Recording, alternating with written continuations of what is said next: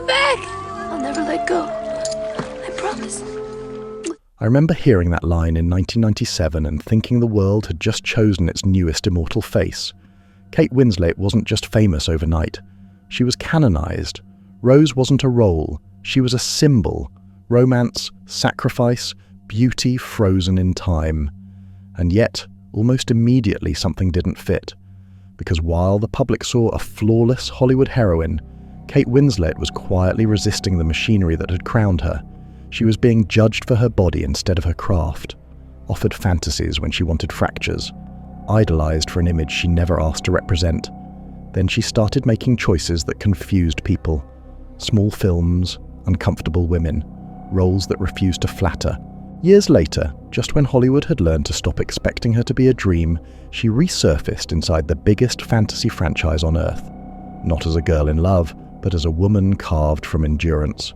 So, what really happened to Kate Winslet? Let's fade to black.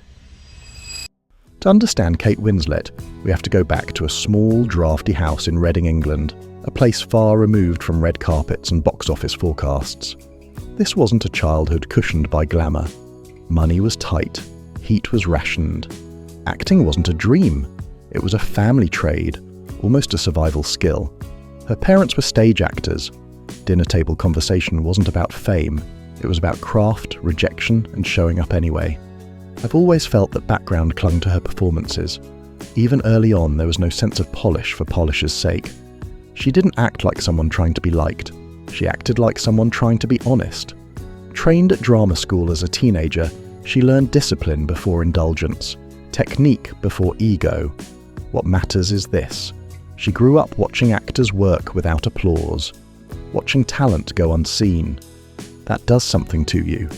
It teaches you that acting is not a shortcut to adoration. It's labor, it's exposure, it's risk.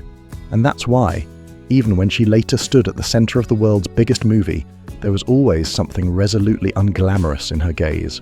She never performed like a fantasy. She performed like a person who knew exactly what it cost to be seen. Her screen debut wasn't glamorous. It was a British kids' sci-fi show called Dark Season, where she played a sharp, awkward teen with a bowl haircut and too much heart. But you could already feel it, that intensity under the surface, like a kettle just before it boils. Then came Heavenly Creatures, 1994, directed by a then unknown Peter Jackson.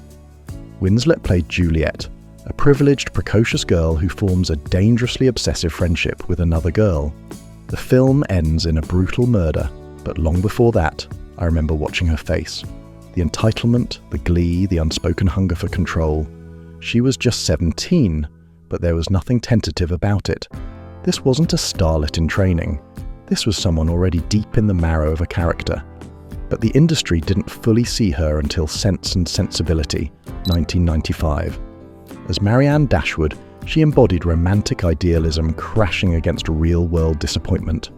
Her monologues fluttered with youth, but her silences told the truth. There's a scene, quiet, almost throwaway, where she listens to Colonel Brandon read poetry. And she doesn't say a word, but her expression shifts, and it's like a whole storm passes through her body without ever leaving her seat. That's when I knew. She wasn't going to be one of those actresses who needed dialogue to tell a story. She could do it with breath, with posture, with the way her eyes darted away too late to hide the emotion. She earned a BAFTA for that performance, but more than that, she earned respect, not as a star, as a serious actor. There's before Titanic, and there's after. By 1997, Kate Winslet had already made her mark. But Titanic, that was something else. That was myth-making in real time.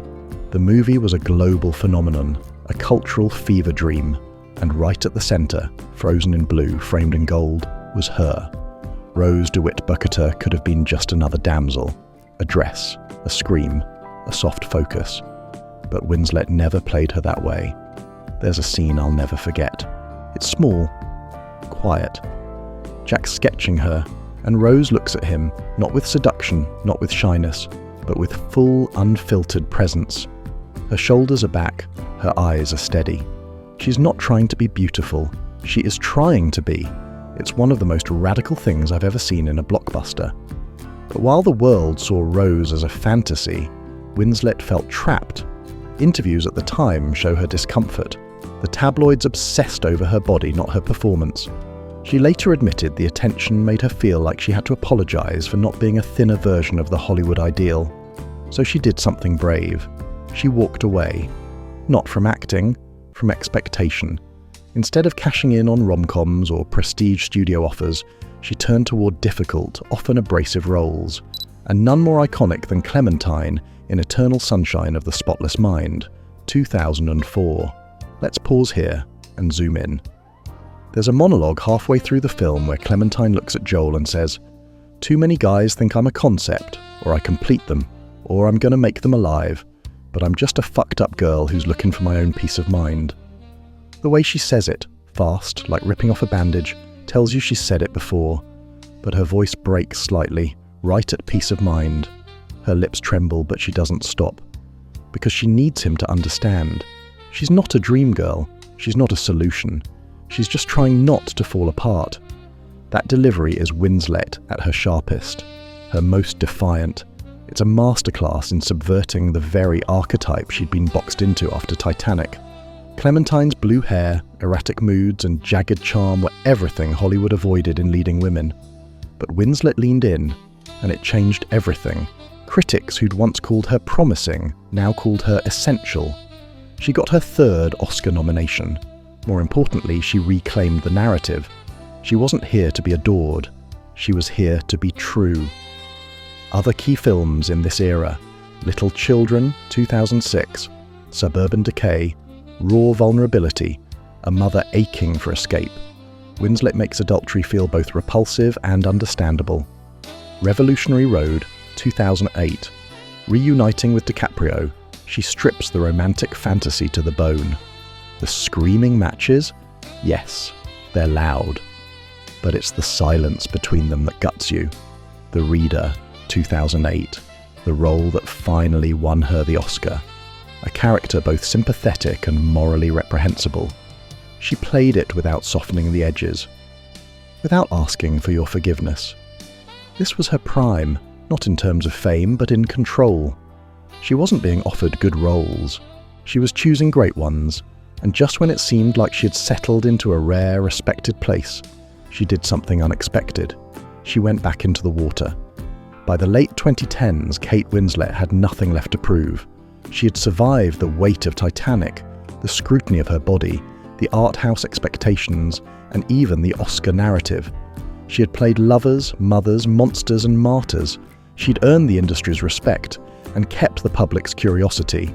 So what was left? Avatar. When James Cameron announced The Way of Water, I remember blinking in disbelief when her name appeared in the cast. It felt off-brand. Was she really going back to blockbuster territory, 2 decades after escaping it? But that's the thing about Kate. She never circles back. She reclaims. As Ronal, the fierce matriarch of the Metcalfe clan, she didn't arrive as some ethereal alien beauty. She was elemental, stern, maternal in a way that didn't comfort, it commanded. She performed most of her role underwater, holding her breath for over 7 minutes, a feat few actors, male or female, would even attempt, and maybe that's the metaphor. Winslet went back into the deep, literally, not for the spotlight, but to prove something to herself, that even inside the biggest, most digitally enhanced spectacle on Earth, truth still matters. Effort still matters. And now, she's back again. Avatar 3. Fire and ash is on the horizon. She's still in the water, still breathing, still choosing roles that require her whole body, her whole self. Some actresses chase longevity by staying visible. Kate Winslet earned hers by staying real.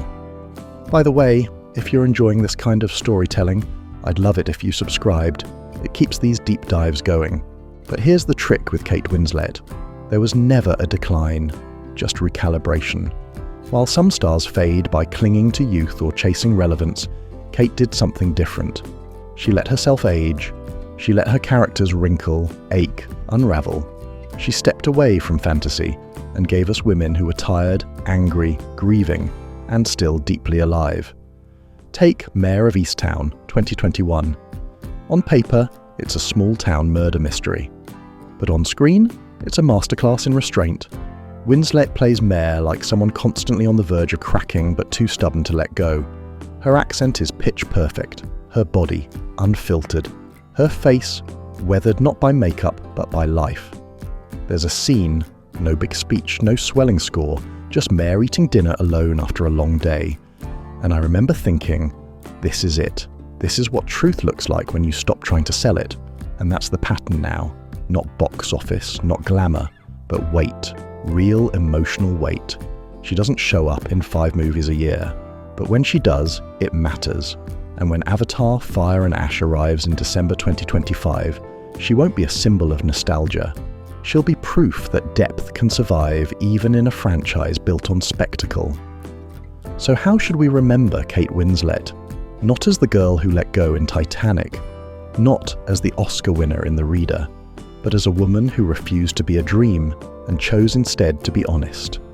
She turned down shortcuts, rejected fantasy, and allowed herself to be complicated, bruised, aging, unsmooth. She didn't just act in films, she held the weight of them. And even now, as Avatar, Fire and Ash prepares to take over theatres again, she remains a quiet storm within the spectacle, breathing truth into the unreal. Kate Winslet never vanished. She just kept becoming more human. If you enjoyed this deep dive, please like and subscribe, and comment below. What's your favourite Kate Winslet performance? And who should we fade to black on next?